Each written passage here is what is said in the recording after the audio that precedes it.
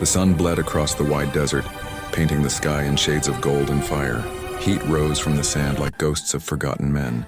Luke Carter rode slow, his horse limping, his hat pulled low to block the glare. He had nothing left, no family, no ranch, no gold. The banks had taken his land and life had taken everything else.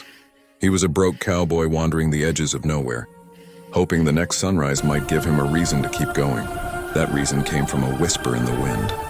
A weak cry, soft and broken, drifted through the canyon. Luke froze. He listened again. There it was, the sound of a child.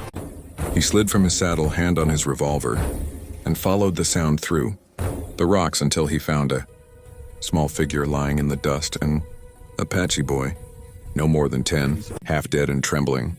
His face was streaked with dirt, his skin burning with fever. An arrow lay beside him, and the tracks of horses told the rest of the story. Men had attacked, and then ridden off, leaving him to die. Luke stared at the boy, his instincts torn between fear and compassion. Helping an Apache could mean death. The tribes and settlers had been at war for years. But when he saw the child's eyes flutter, when he saw him cling to life with that fragile thread, something inside Luke broke free. The part of him that still remembered mercy. "Easy, kid," he murmured, lifting the boy carefully. "You're gonna be all right." He carried him back to his horse and rode toward his lonely shack deep in the valley. The ride was long, the night cold, and the boy's breathing faint, but Luke never stopped. By the time they reached his cabin, the stars were bright above and silence ruled the land. Luke lit a lantern, cleaned the wound, and stayed by the boy's side all night. He whispered prayers he hadn't spoken in years. When dawn broke, the boy woke and whispered, "Chaska." Luke smiled faintly. "That your name?" "Well, Chaska, you're safe now." Days passed. Luke hunted, cooked, and kept the boy alive. They spoke little, but they didn't need words. A bond grew, one born not of blood, but of shared survival. For the first time in years, Luke felt purpose again.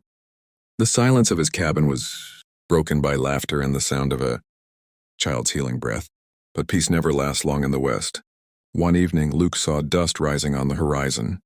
He stepped outside and froze. Hundreds of riders approached, fierce, painted warriors, the Apache nation itself.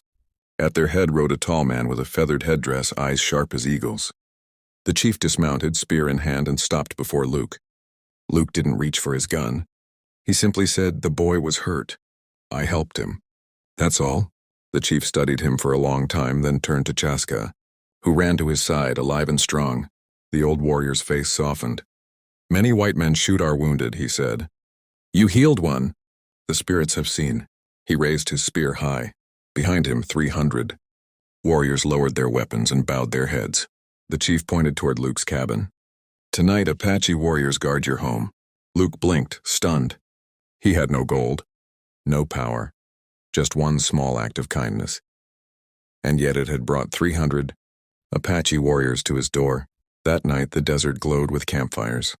Drums echoed through the valley, and Luke sat beside the boy, the flames dancing in his tired eyes.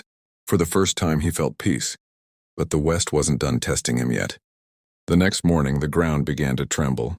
Luke climbed a ridge and saw a rising cloud of dust. Riders were coming fast, soldiers of the U.S. cavalry. Their blue coats gleamed under the sun, their rifles glinting like steel teeth. Luke's blood ran cold. He knew what that meant. He ran down to find Chief Taza already readying his warriors. "They come," Taza said. "I know," Luke replied. "They think you're attacking. They'll shoot first, talk later." Taza's face was grim. "We will defend our children." Luke looked around. The women, the children, the boy he'd saved. He couldn't let this turn into a massacre. "Let me talk to them," he said. "Buy you time." Taza's eyes softened. "You walk between two worlds, cowboy. Few survive that path." Luke smiled. "Guess I'll have to be one of them." He saddled his horse and rode straight toward the soldiers. When they came into view, he waved his hand high. "Hold fire!" he shouted. "There's no war here." The captain at the front sneered. "Step aside, Carter.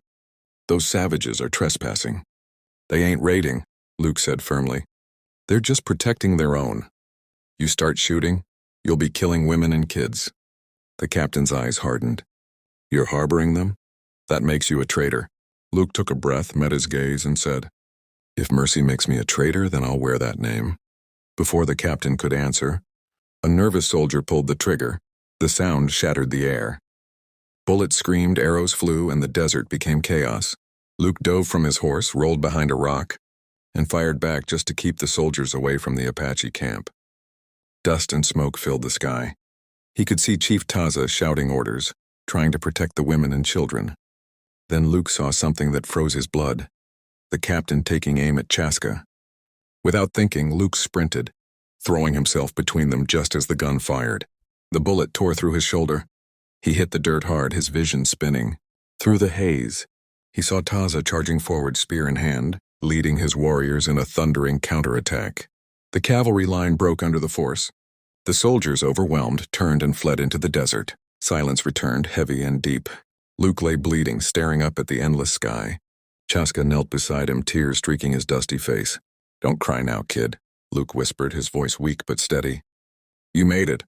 Taza knelt beside him, tearing a strip from his own cloak to bind Luke's wound. "You saved my son," the chief said softly. "You saved my people.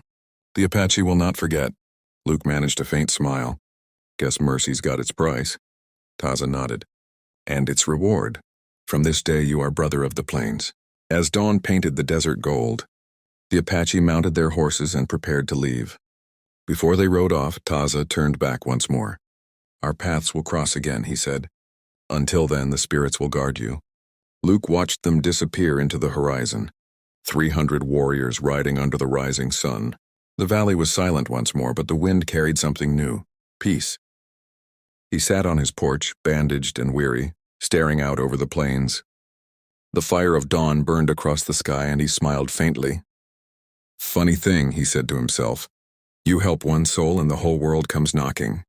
Then he lifted his eyes, speaking to the unseen faces of those who'd walked this journey with him. The ones watching, listening, feeling his story through the screen. His voice turned calm, warm, and true. "If this story touched your heart," he said softly, "if it reminded you that kindness still matters, then don't just ride off into the sunset. Hit that subscribe button, partner, because there are more stories out here on these dusty trails. Stories of mercy, courage, and hope waiting to be told."